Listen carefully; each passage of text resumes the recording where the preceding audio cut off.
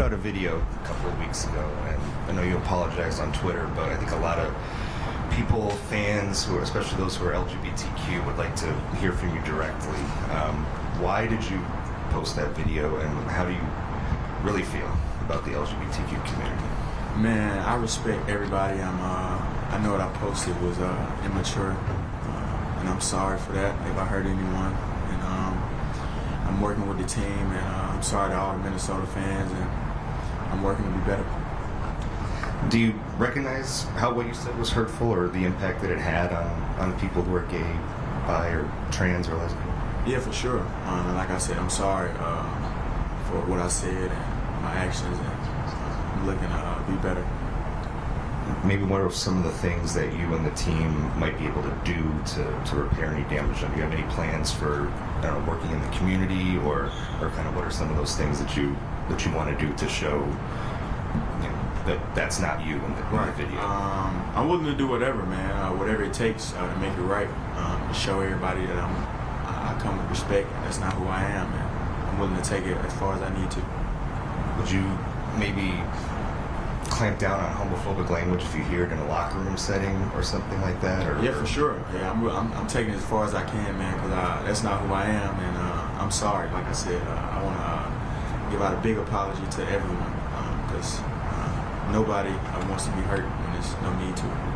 Would you be okay with a gay teammate if you had one? Yeah, for sure. Yeah, I would have no problem with it.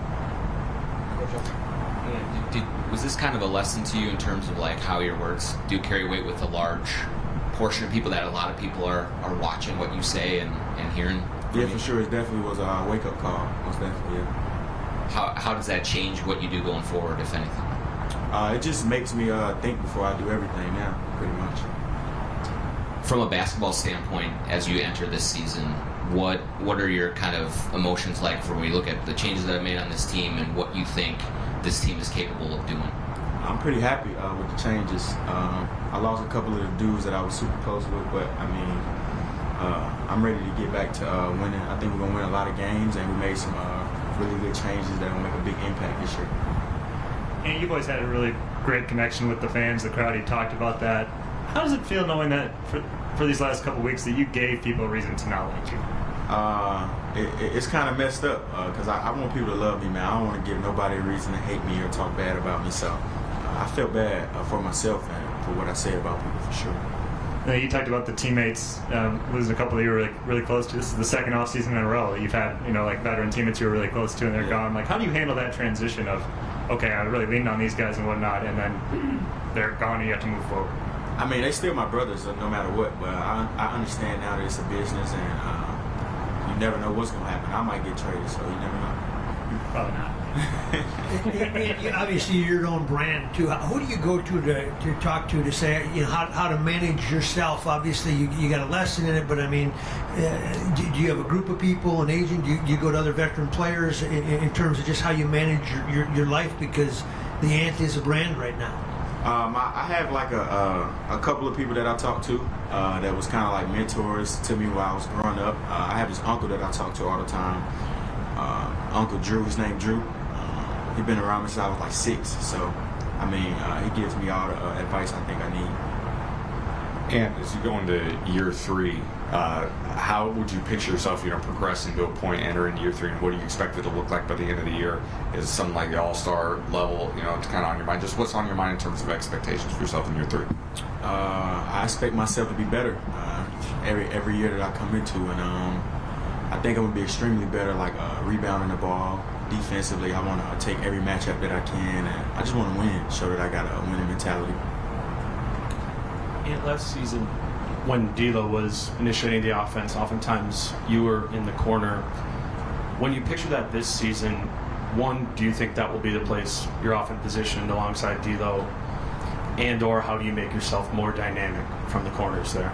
Man, not even me. I think trade that we made was super big for D'Lo because he has a rolling big, and he likes to play in the mid-range. He likes to throw hoops, so I'm not even worried about where I'm at offensively when D'Lo has the ball. As long as Rudy on the floor with him, I think we're going to be in pretty good hands with D'Lo, hands in the ball. And you talked about being better rebounding this year. So you put in a lot of work over the summer. What do you feel like you're better at coming into this season? I feel like I'm in better shape more than anything, and I think that's going to take everything to the next level. Like I said, defending, rebounding, sprinting the court, pushing the ball, just doing all the little things. I think it comes with being in great shape. And you talk about how the last 2 weeks have been a learning process for you. What maybe is one or two things that you have learned over the last 2 weeks, whether it be about yourself or the LGBTQ community as a whole, or what are some of the things that maybe you've reflected on in the last 2 weeks? I learned that that you can't just that's a good question. What have I learned over the last 2 weeks? That just like in the blink of an eye, things can be gone, man. And you got to think before you speak. Words hurt people, and like I said, I just got to be better. And what did you gain or pretty much learn from all these NBA players you worked out with and did some runs with this offseason? What did I learn from? I mean, pretty much the runs were pretty cool.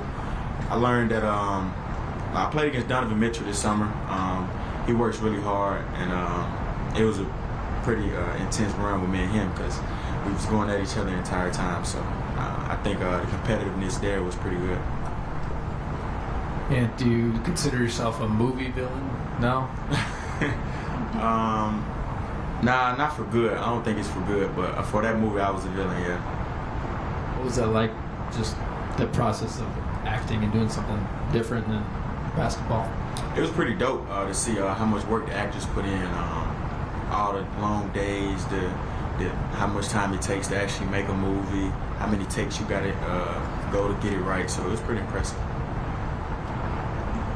And the season ended too soon last year. It was so exciting, and you were like, I got to get to work right away. What was it like mentally for you to have it just come to a crashing end like that, and what went through your mind this summer leading up to the beginning of the season? I think I went into this summer with like a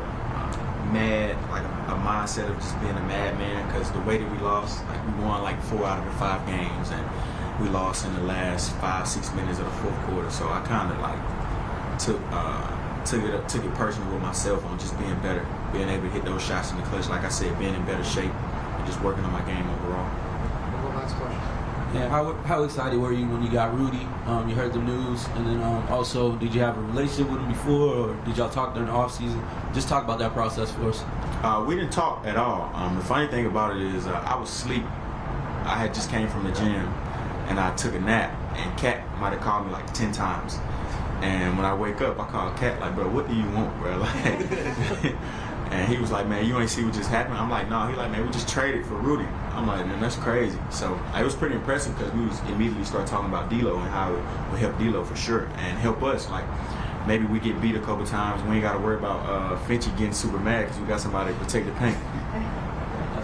Awesome. Yeah. Thanks, Andy. Yeah. Thanks for watching ESPN on YouTube. For live streaming sports and premium content, subscribe to ESPN+.